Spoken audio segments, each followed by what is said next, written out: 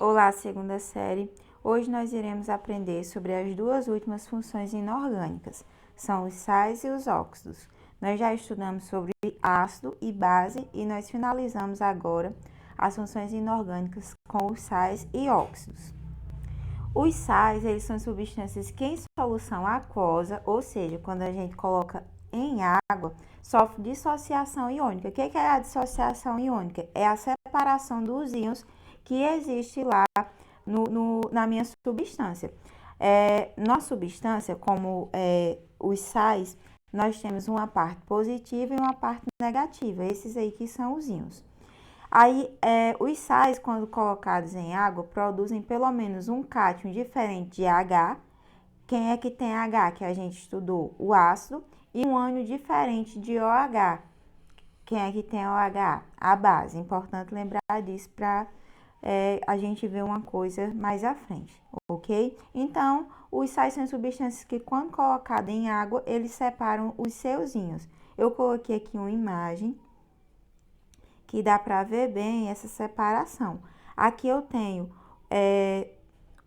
o sal, né? O NaCl, esse aqui é o sal comum de cozinha.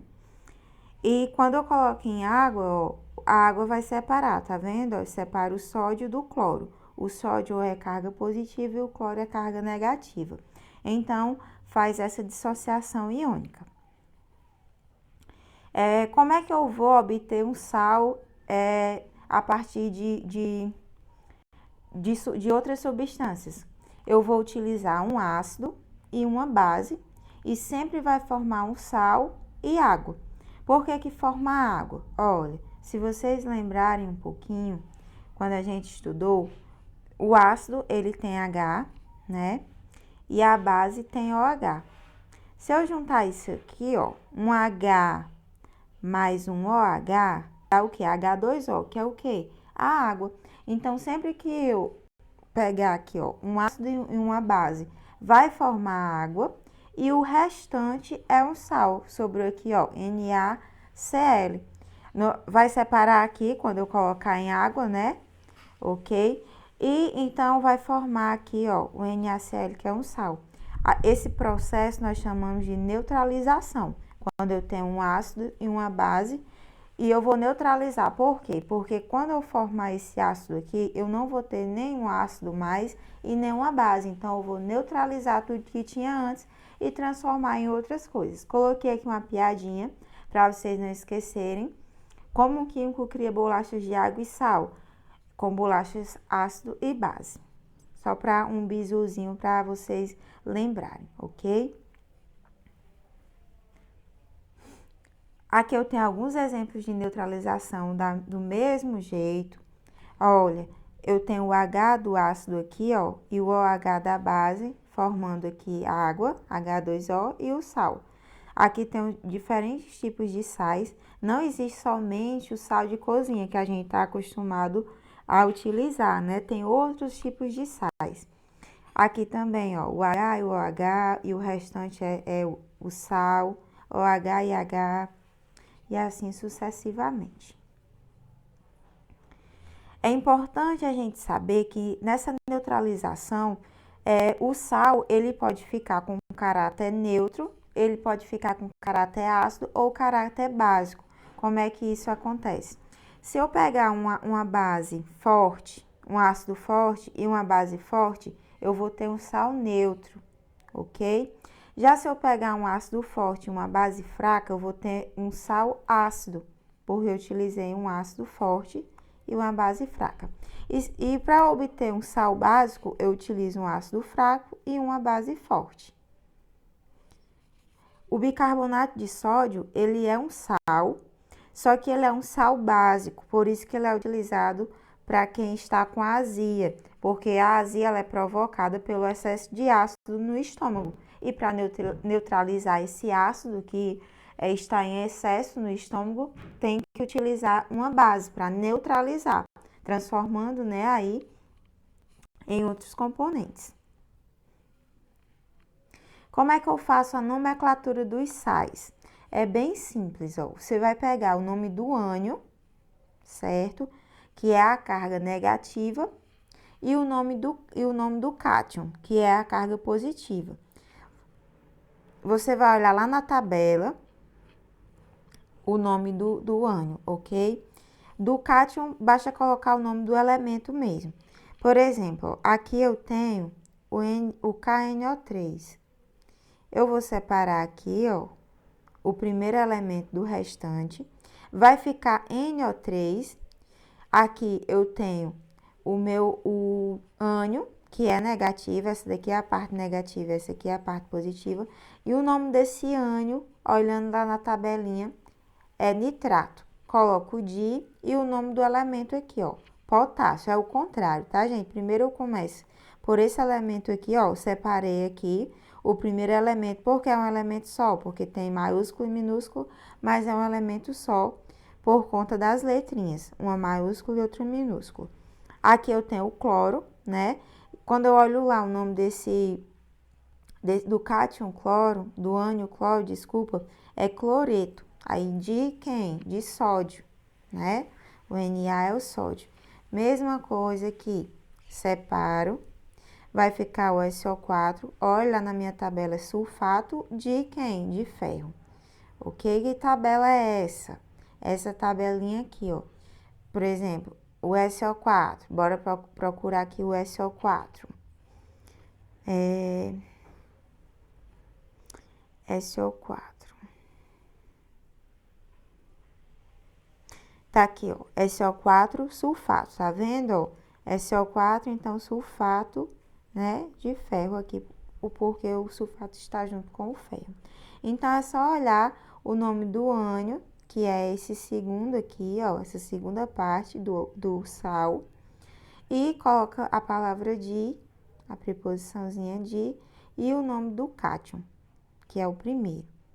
Basta colocar o nome do elemento. Tem outra maneira de realizar a nomenclatura. Eu não vou utilizar essa, mas eu acho importante que vocês saibam. Quando o cátion é menor, eu termino o nome do meu sal com oso. E quando o cátion é maior, eu termino o nome do meu ácido com ico, do meu sal com ico.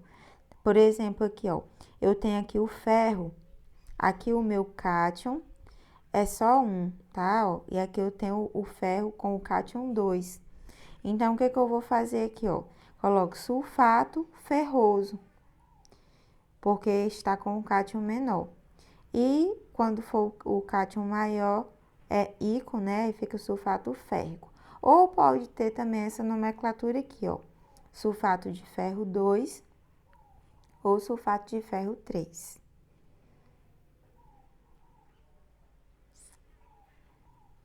Os sais, eles são muito utilizados no nosso dia a dia, embora a gente pense, né, que só existe o sal de cozinha, mas tem o sal de cozinha, que é o cloreto de sódio, tem o bicarbonato de sódio, que ele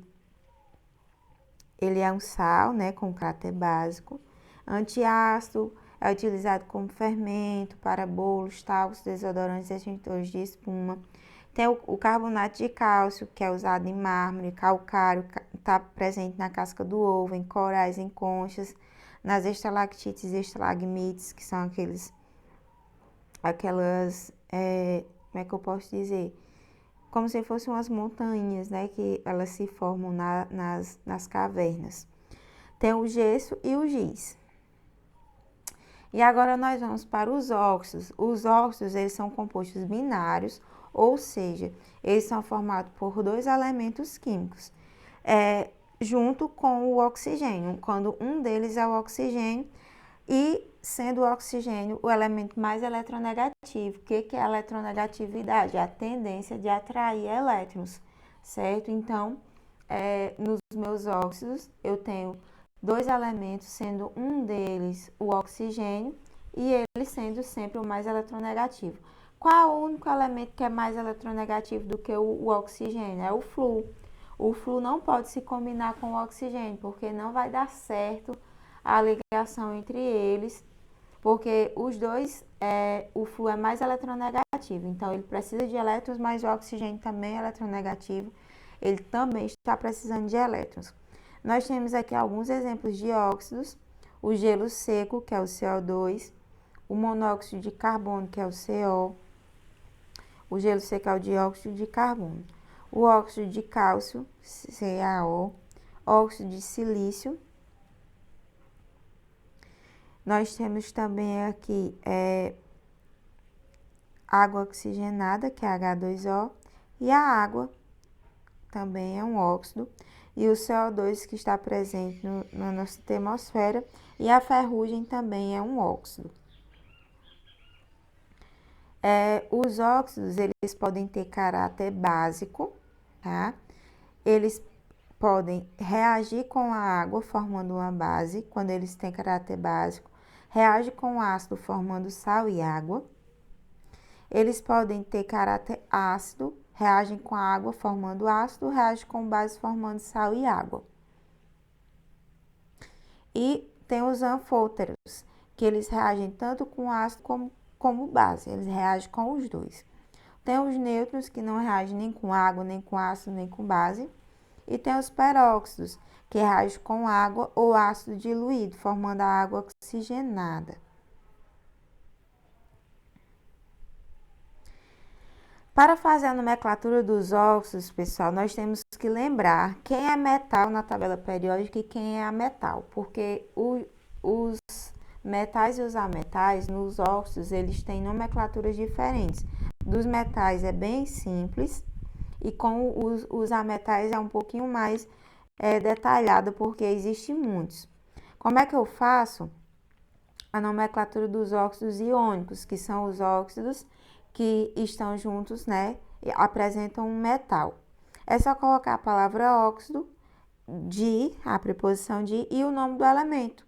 Olha aqui, é bem simples quando vem com um metal. O metal aqui, o sódio, ó, o oxigênio, né?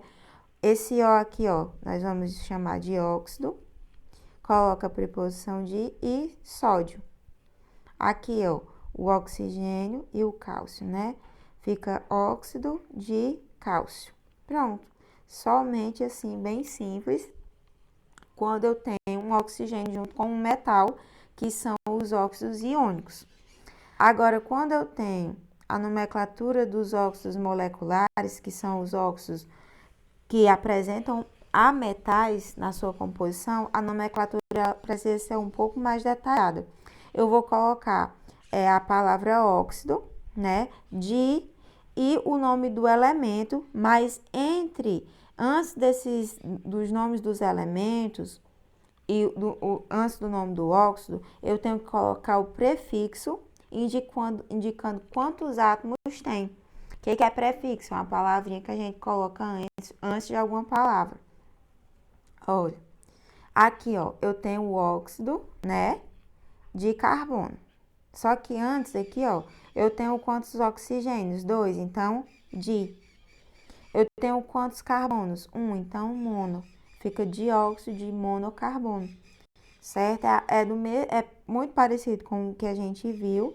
Coloca o óxido do elemento, só que agora você vai colocar o prefixo. Aqui, ó, eu só tenho um oxigênio, mono, aí coloco o óxido, monóxido, só tem um carbono, aí né? Aí monocarbono, certo? Aí aqui tem 5 oxigênios, ó, então 5 é pente. Pentóxido de quem? Tenho 2 fósforos, então de fósforo. Aqui, ó, eu tenho 7 oxigênios, então é hept. Coloco o óxido, heptóxido de quem? Tenho 2 cloros, então de cloro, certo? Então, gente, é só lembrar, ó, quando for 1 é mono, quando for 2 é di, quando for 3 é tri, 4 é tetra, 5 é pente, 6 é 7 hept, ok? Tem aqui alguns exemplos de óxidos. Tem o óxido de cálcio, utilizado na correção do pH do solo.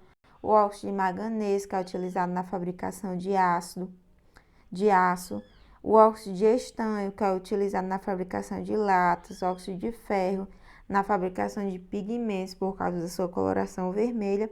E o óxido de alumínio, utilizado na fabricação do alumínio. Então, gente, é isso. Qualquer dúvida é só entrar em contato comigo no WhatsApp. Um abraço.